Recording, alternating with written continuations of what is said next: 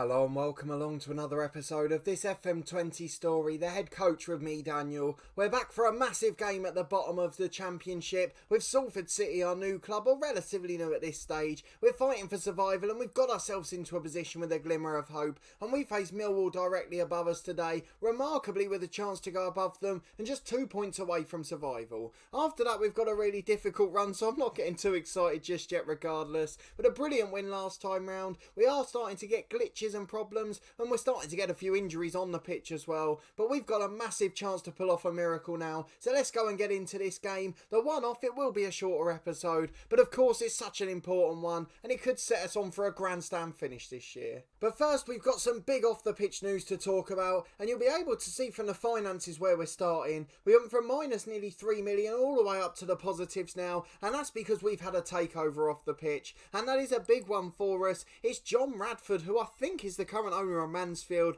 I'm sure it's him and Claire who used to make them ridiculous signing videos in the summer. Was it Nicky Maynard, the one with the driving in? It was absolutely crazy. But aside from that, the important note is the last three of the class of 92 left. Peter Lim retired. We had a message a few weeks back. So no longer any of that United influence. No longer Salford City got affiliates. Bury and Manchester United links both gone down by the wayside. So unfortunately they do end today. But we have got a new owner, and financially we're stable again for the first time at the club. So that's the big news off the pitch, and of course we've got plenty on it today. But before we get into that, a massive thank you to everyone who continues to follow the series. I really do greatly appreciate it. If you are enjoying it and looking forward to this grandstand finish to the season and a massive game down at the bottom of the league, please do put a thumbs up on the video. I really do appreciate it. If you haven't already, subscribe for daily FM20 content from both of my long-term stories, an outside chance of survival in this one, and outside of a playoff chance in the Dorking Wanderer save. That'll be back tomorrow at 4:30 the usual time, so make sure you come and check that one out too.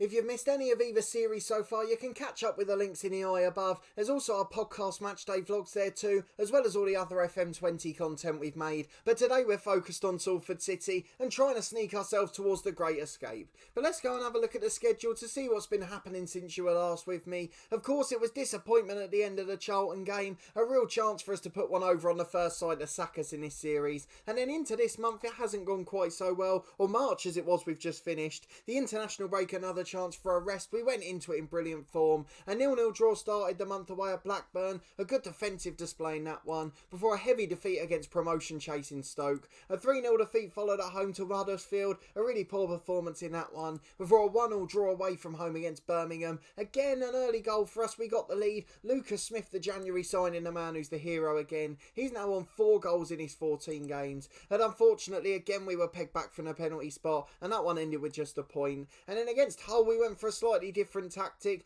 3 up top. It was a little bit weird, really. A 4-2-3-1 the style we went for, but we did get a 1-0 win. Connor Chaplin with a late goal, and a couple of late subs to waste time there. But in truth, it was the 11 who started that were the heroes. So a brilliant form coming into this one. We have got 4 points in the last 2 games, and with that, of course, the dynamics have improved. The team cohesion still average, not really creeping up as quickly as we'd like, but the managerial support very good. The dressing room atmosphere solid too, and in terms of the club vision, we're getting a bit more excitement from the board, although of course with a new one, they're not the board that picked us. We're not meeting and making the most of set pieces, but to be honest, we haven't got the players to do so. In the FA Cup we weren't even involved, so I'm not sure why that's going on. I know we were, weren't we? We played against Wolves. We weren't going to ever do more than that. In the Carabao Cup we didn't have any performance involvement. We did fight bravely against relegation. Even if we go down now, at least we've made a fist of it, and since I've joined the club we've of course managed to put points on the board. 16 in total, more than were taken before we joined. Preston creeping up to 23 but still out of it. Realistically it's 2 from 3 at the bottom here. It's us v Millwall today. We could go above them with a win, level on points at the very least and just goal difference behind, and then we're going to head 2 points further from Millwall. That's going to be the 3 that are fighting for these 2 spots. So we've got to try and be the one that survives. Of course that's much easier said than done, though it is good to see Charlton still struggling down in 19th. I wonder if Chris Hughton will get the sack soon. We didn't last this long, we would have been sacked by now. Very strange that he's still got a job. But let's go and get into this game. It's a very big one against Millwall. I'd imagine we're probably not going to be favourites for this. As we mentioned, we've got a few fitness tests to look through as well. Chaplin, Sykes and Devlin, all key players. All of them will be involved in this game. So let's go and have a look through the 11. And of course the players that can be game changers off the bench too. So quickly via the match preview first, Semi Ajayi out with sprained knee ligaments for the away team. We're heavy favourites having won our last game. Both teams with one win in their last 5. We've managed to pick up an extra point via a draw, but Connor Chaplin and Field both missing today. That's going to make things far difficult than it would have otherwise. It's a sellout at the City Football Academy, 7,000 through the gate for us today. So let's go and have a look at that 11 and 18. A few players with poor relationships, they've not had the best season together, but there's still a good few players here in this squad, and a few of them really improving as we go along, so hopefully one or two of them can pull off a miracle performance. So in goal we've got Horgard as always. Left back's Ogilvie due to that Field injury, and he's no longer unhappy because he's been playing some games now, even starting to pick up his form as well, so that's a good sign for us. One that's very good in the air as well, and at 29 he's a real leader at the club.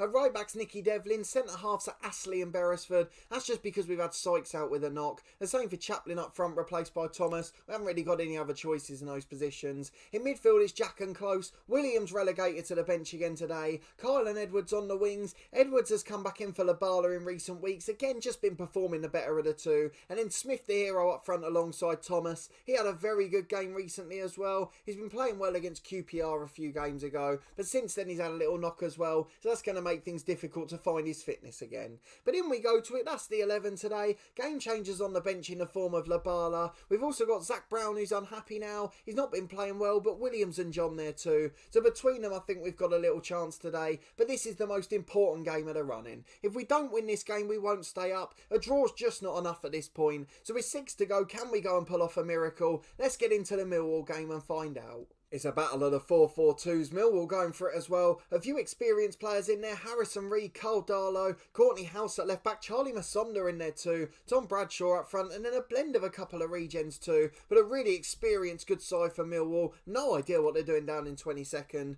We're going to encourage the lads. Do you know what? We're going to go for a positive mentality too. Let's try and get on the front foot. Let's try and get at them. And let's see if we can shock them in the first half here. Of course, in addition to our game, we're keeping a very close eye on the Wigan match at the bottom. They're at home to Leeds up in second. They could actually wrap up promotion today, so that'll be interesting to see. Stoke losing, so Leeds will want to take advantage, and we conceded a free kick. I thought we had one there. Miller 25 yards out. We've seen previous episodes. That one not far away hit the woodwork. I thought we were going to concede another winner to a goal like that, but thankfully it's not the case so far. Millwall dominating, so we're going to go back to a balanced mentality. We're going to demand a bit more from the lads too, but hang on, we've got a corner with Kyle, hacked away long downfield towards Devlin, back out wide, can we get it in? Kyle crosses, Cooper heads away, House volleys down the left hand side, and now Millwall on the counter attack with Kalantri. He's looked like a bit of a star so far. Miller into the middle, centre circle with Bradshaw, and sitting as a bit of the deeper of the two strikers there. Kalantri, the man going forward, he's picked it up on the left side, trying to make his Thierry Henry-esque run there,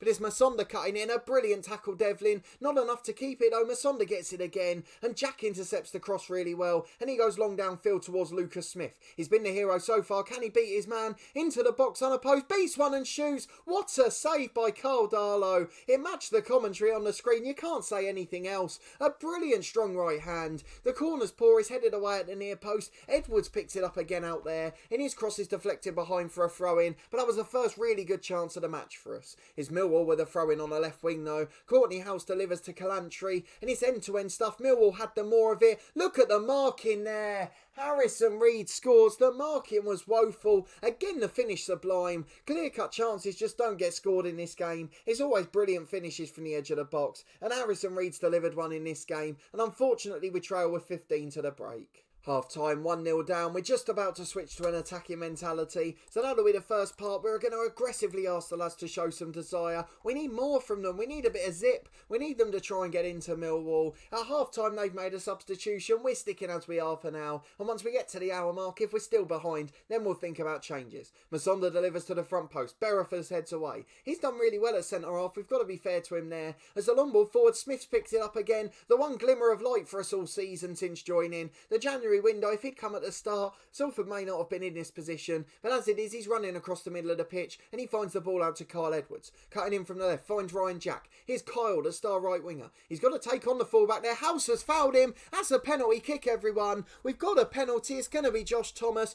No one with a good penalty taking rating. The only one normally is Chaplin. Thomas, of course, missed one in the FA Cup tie last episode, and it was only the fact that he got the rebound that he scored. So Josh Thomas steps up. This one's in down the middle. still though. No mistake, we're back on terms, and just one more goal to get us back in the survival chase. Brilliant penalty when you're doubting someone, smashed it down the middle as hard as he could, and the keeper had absolutely no chance there. Now we've just got to try and get on the front foot again. But it's Millwall getting the ball forward immediately. Bradshaw on halfway up to Miller. Here's Calantri, he looks a superstar. He's beaten Astley, and that's where we're missing Sykes. Astley with a challenge, falls for Masonda, in one-on-one and scores. Horgard got a poor hand to it, and it's into the back of the net. And just 2 minutes after getting back on level terms, we've somehow managed to throw it away again. So that's our relegation hopes gone.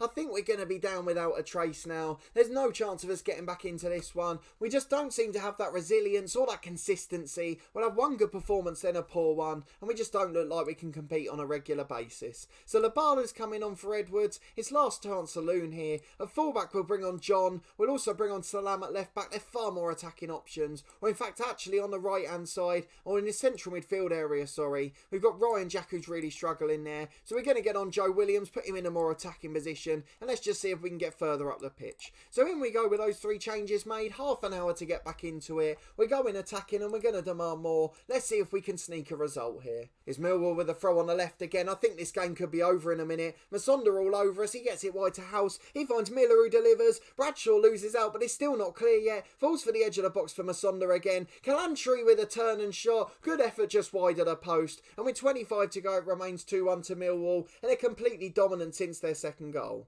We're back though, 20 minutes left. Look at the position we've got. Labala hits the post with a free kick. Brilliant curling effort, but doesn't go in. Labala heads away again. And 2 chances that have hit the woodwork from set pieces. Seems to be unrealistic how many of them are good in this game. And the corner's headed away as far as Joe Williams. He'll pick it up again on the left-hand side. Up to Dave Kyle. Some pirouette for some reason. Headed away to the edge of the box. And Bradshaw picks it up and goes long. Calantri could wrap it up here. He's got Astley to take on. He's just not as good as his replacement. Calantri skins him, but Horgard saves, and he spared Astley's bushes for the second time. 15 to go, is still 2-1 Millwall. We're really missing Ross Sykes in the middle there, and to be honest, we're missing Chaplin up front too. But with 10 to go, we're going to encourage the lads again. We've gone very attacking, 9 minutes plus stoppages to go, and Carl Darlow's done us a favour there. Poor goal kick, finds Dave Kyle, beats 2 men, gets it into the box. Thomas loses out as it's away to close. 25 yards out, finds Williams. Oh, what an effort that was. Just wide of the post, it whistled at speed, and unfortunately it doesn't go the right side of the post, which means we still trail 2-1, and relegation, I'm afraid, looks inevitable now.